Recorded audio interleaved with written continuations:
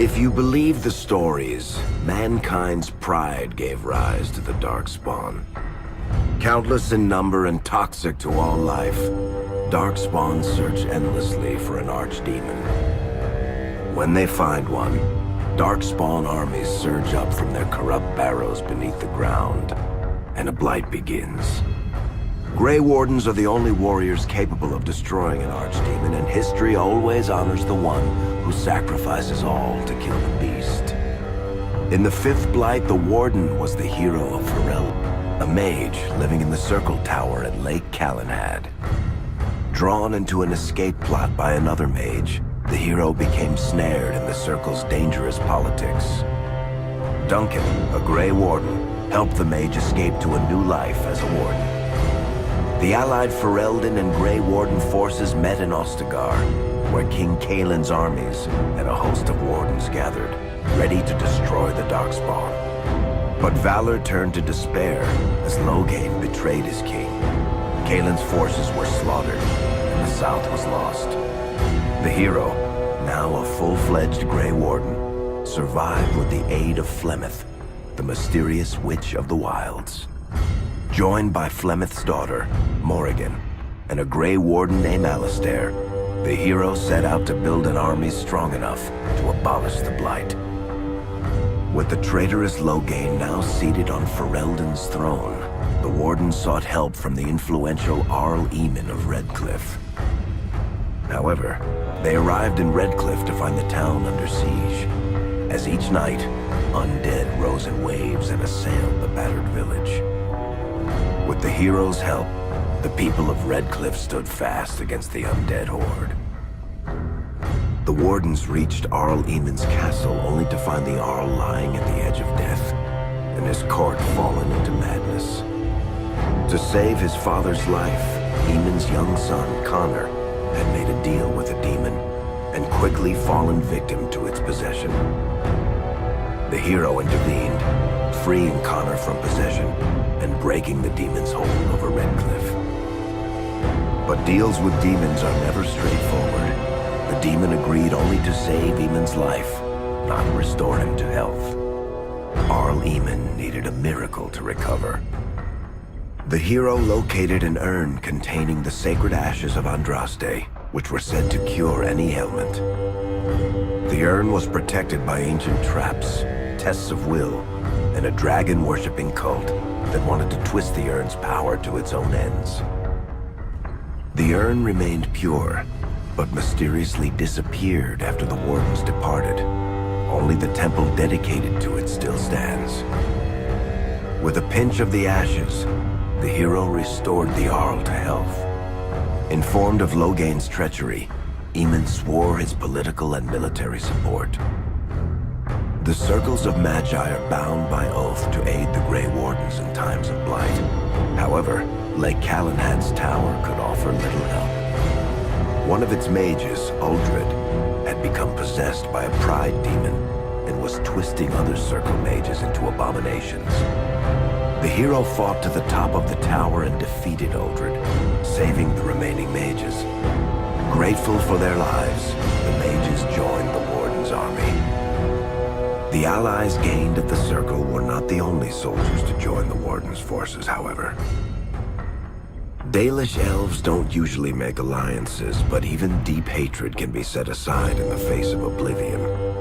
An ancient curse was destroying Ferelden's largest Dalish clans, turning the elves into werewolves. Zathrian, the clan's keeper, claimed that the cure required the heart of the great wolf, Witherfang. Years before, Zathrain himself had afflicted a group of humans with the curse that now ravaged his clan. As long as he lived, the curse endured. The hero freed the werewolves from the long-standing curse, and the Dalish joined the Warden's forces. Blights may happen hundreds of years apart, but the dwarves who live below the surface of Thedas fight Darkspawn every day. No one is better schooled in battling Darkspawn than the warriors of Orzammar, except perhaps their allies of old, the Grey Wardens. The hero arrived in Orzammar in the wake of King Endrin's death to find political factions fighting for control of the dwarven capital.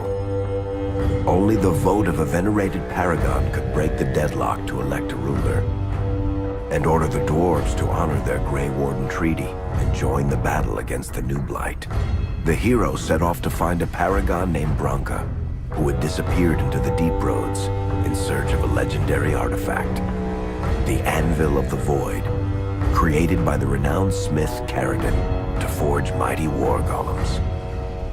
The hero helped Caridin destroy the Anvil of the Void, along with the dark secrets that could trap a living soul inside a mechanical construct.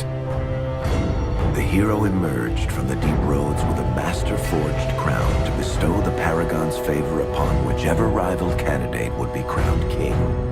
Balin, the youngest son of King Endrin who was suspected of foul play, or Haramont, the aging traditionalist backed by the Dwarven Assembly. Lord Haramont claimed the crown of Orzammar. His traditionalist values keep dwarves first in all things, and safely as far underground as possible.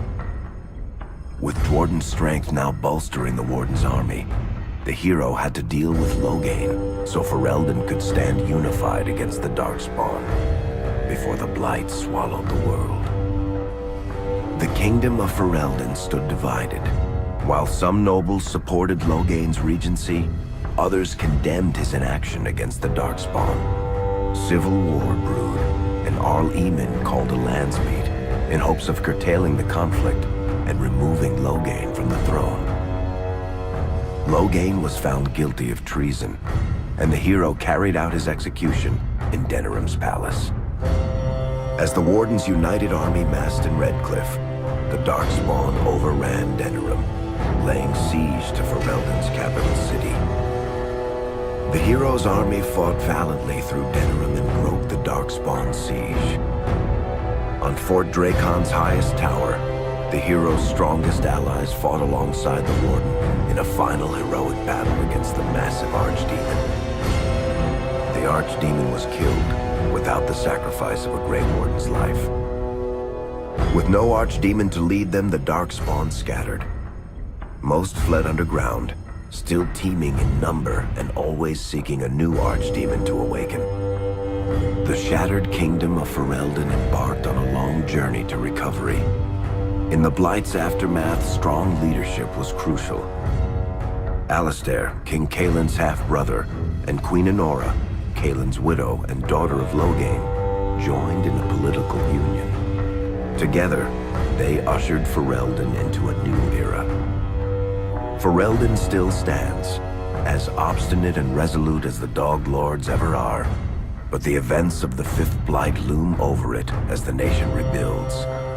For people across Thedas, legends of the hero of Ferelden remain the nation's brightest beacons of hope during its darkest times.